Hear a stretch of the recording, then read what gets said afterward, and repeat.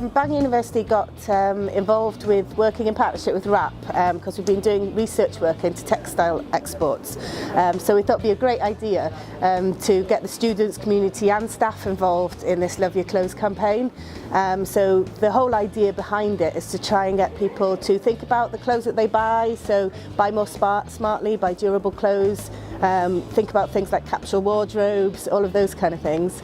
And also then, once they've got them, to think about repairing, looking after them, stain removal. So we've been doing lots of demonstrations, talks, workshops on how to sew, all of that kind of stuff over the last week or so. We've raised over 2 tons of clothes. Our 3 other charities that are working with us are really pleased. So Age Cymru's had live mannequins in the window on Saturday, which all came from the student societies and clubs.